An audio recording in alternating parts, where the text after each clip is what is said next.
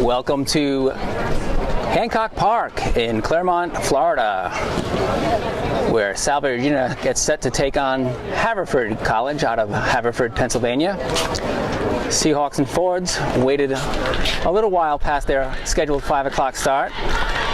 Previous game on Field 3 at Hancock Park was Wayne State rallying for 4 runs in the bottom of the 7th against West Liberty, and the Wayne State Wildcats won 4-3. For today's final game with the Seahawks and the Fords, it's Salve's 4th game of the season and the first game of the year for Haverford. My name is Ed Habershaw. I am joined once again by Kelly Scaffarello. We're going to read the lineups as the coaches are at home plate with the umpires exchanging the lineups. Haverford is the home team. Out in the field for the Fords, center fielder will be Elizabeth Newman. She'll be batting first. Left fielder will be Julie Garlick. Batting third will be the third baseman, Jen DiCandillo. The first baseman is Dale Comerford. The catcher is Kristen Tatum. Shortstop is Lauren Toohey. The designated hitter is Stephanie Wolfson. And the right fielder, Sarah Brody. Second baseman, Jill Schnall. And not in the batting order, but pitching for the Fords is Claire Fitzgerald. Kelly Scaffarello will bring you the Seahawk lineup. Starting for Salve Regina University's Seahawks from Newport, Rhode Island. Batting first, center fielder Lexi Susi. Batting second, playing second base, Melissa Figueredo. Batting third, shortstop, Jenna Bedeen.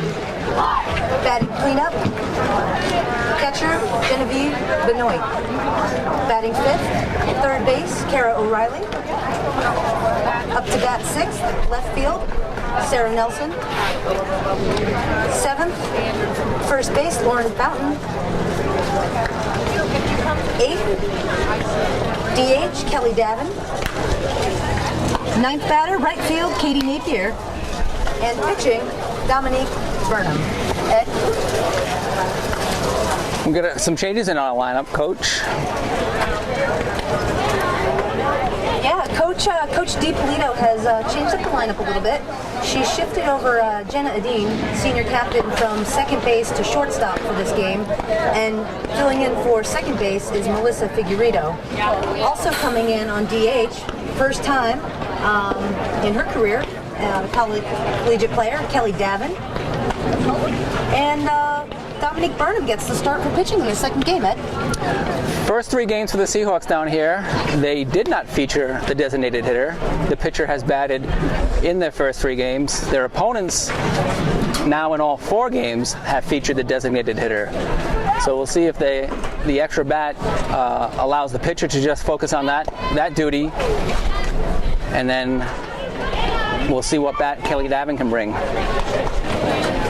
Yeah, and I'm excited to see what they bring in the second game. For Haverford, this is their first game of spring training, so let's see how many cobwebs they have to wipe off before they start playing. I saw them over at the NTC complex as I was leaving it there to head over here, and they were getting their warm-ups in. They seem nice and loose, nothing uptight, but with the warm weather, have you seen any butterflies? I haven't.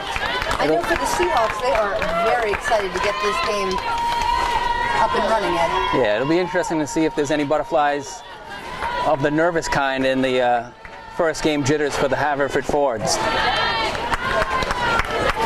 Susie digs in for her first at-bat of the game against the left-handed Fitzgerald. Great pitch by Fitzgerald.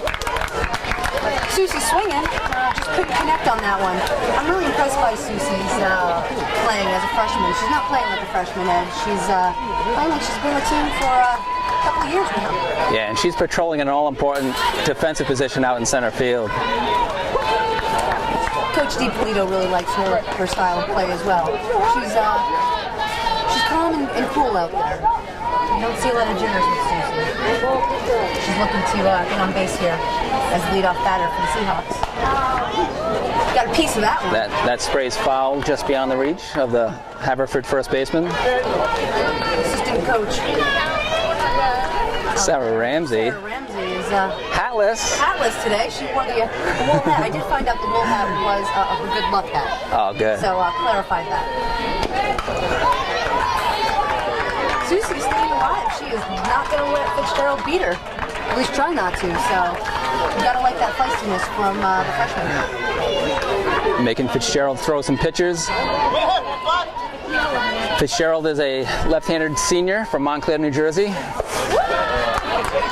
A great eye. That ball came in fast and high. Think y'all here won't bother us? Huh? You think y'all here wouldn't bother us? A 2-2 count now. Here comes Fitzgerald's pitch. Outside. Great eye by Susie. Fitzgerald's trying to get her to chase it in. She's worked the count full. Here comes the pitch.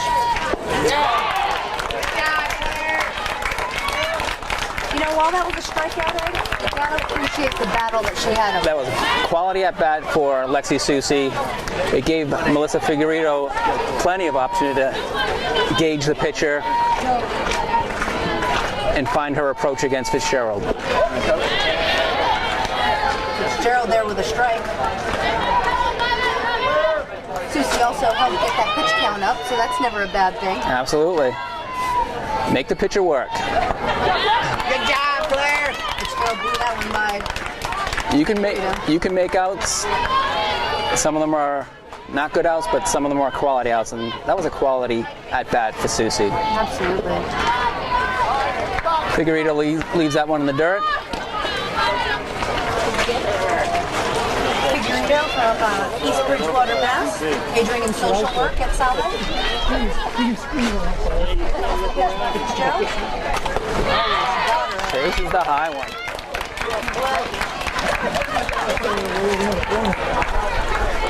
This is the first ever meeting between Haverford and Salve Regina in softball. The Haverford infield is playing deep in the middle and even with the bags at the corners. Straight away in the outfield. Jenna Dean is up batting, number 3rd.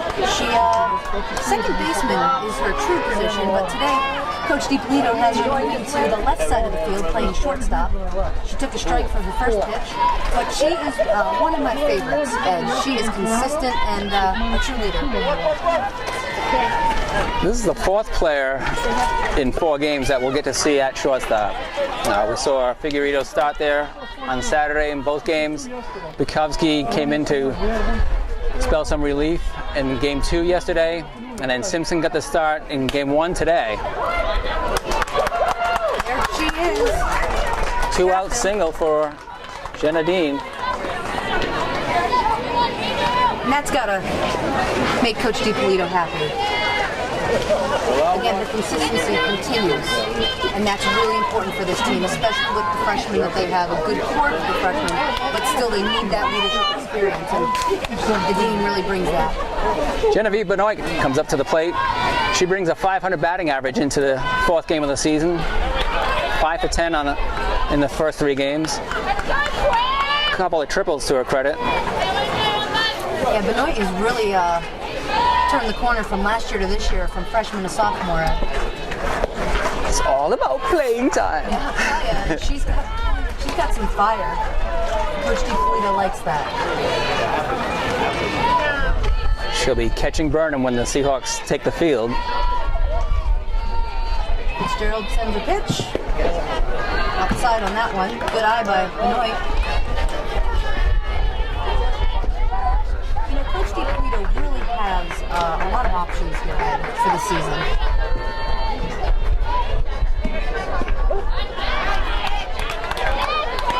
Count on Benoit.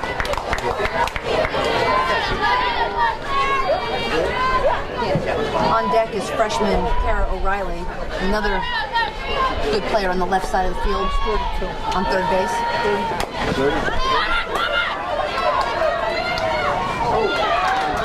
Fitzgerald throws that high over the second baseman's head, covering first on a little chopper by Benoit.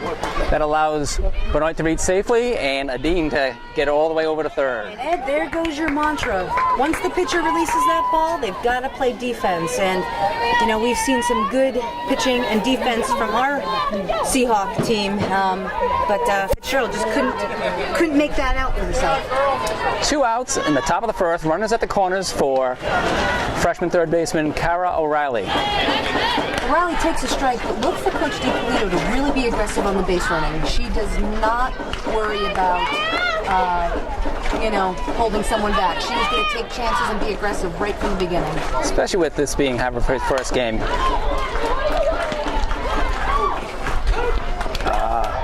Shortstop for Haverford was able to pick up a low throw from the second baseman on the force out.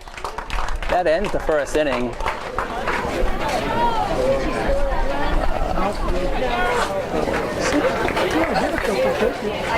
For the Seahawks in the top of the first, no runs on 1 hit, 1 error, 2 left on base. We'll be back after a short break.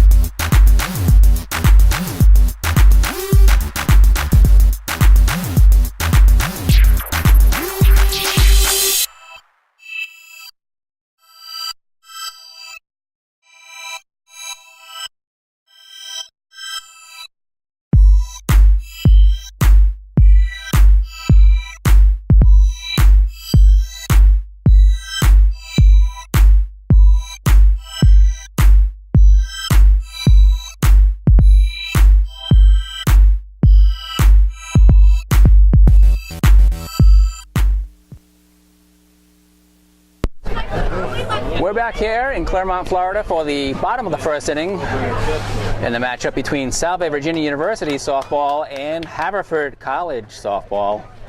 Look forward to playing their first game. So this is the first bat of the season for center fielder Newman. Hello, Newman. You know, that show is fantastic. I DVR it faithfully every day. You're talking about Seinfeld, right? Absolutely. You know Elaine's dance? Yes. Is that your style? That's me. That's me. First pitch from Burnham to Newman is a ball outside. Every time Newman comes up to bat, I'm going to have to say that now. Newman up to bat. Hello, Elizabeth. She's a senior from Sudbury, Mass. There's the pitch that she was looking for the first time. Strike. While the Wayne State and West Liberty game was going on, I had a visitor from Maine. It was Patricia Burnham. She came along to say hello and wanted to know where the Salve group was, and she is the grandmother of Dominique Burnham, our pitcher. And her oldest son is Dominique's dad. It's a family affair there. Newman goes the opposite way and gets a single to left field off the diving glove of Jenna Adine.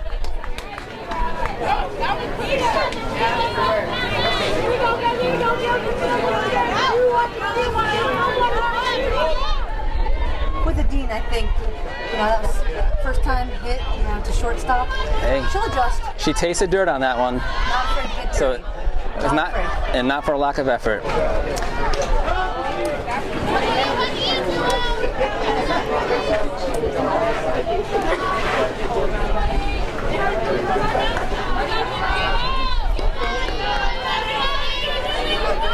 Here goes Dom with her pitch. The left fielder, Garlick, lays down a sacrifice bunt. Moves Newman over to second. 1 out. Burnham fielded it. Got it over to Fountain.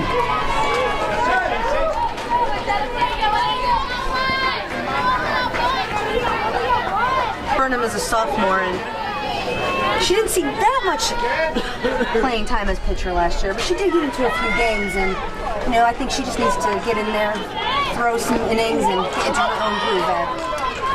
Wild pitch allows Newman to get to third.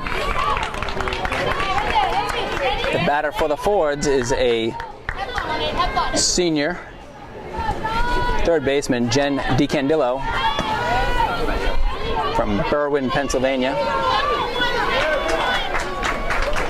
Burnham gets ready for the pitch. In there for a strike. 1-1 count on DiCandillo. And that's got to give Burnham some confidence. I think getting a couple strikes, getting out of here with limited damage or no damage. No damage. Is No really damage. important for that confidence. That's going to be out of play.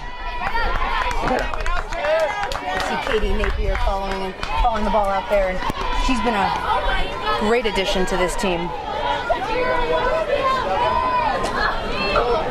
Napier is from Medford, Mass.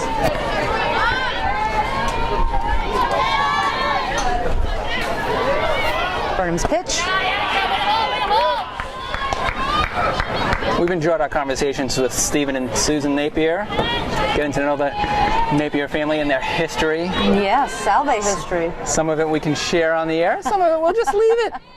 It's just between us. Oh, great pitch, fouled back. Inside pitch off the hands of DiCandillo. Did you see how fast Benoit just whipped off that helmet to find that ball? I did. Well, good. I'm just pointing that out, No score here in the bottom of the first.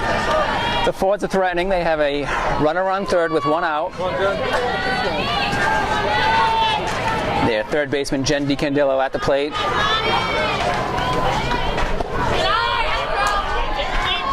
That must have been just above the letters on the Fords uniform. Haverford wearing scarlet and black. Their mascot is a black squirrel. Their nickname is the Fords. What a great mascot. Benoit makes a great effort right in front of us. That's what I like about Benoit, Ed, is that she really has no fear behind this plate. And I've seen it, I know we've only played a couple of games, but each game she gets stronger and stronger. A typical softball field, there's very little room behind the backstop, so you run out of space to make that catch. That did land just scraping the fence on its way down. DiCandillo works a 1-out walk. Runners at the corners now. It brings up Dale Comerford, the Haverford first baseman. I think she chose Haverford because of her name, Comerford. It's very possible. Great pitch by Burnham. DiCandillo takes off a second, uncontested.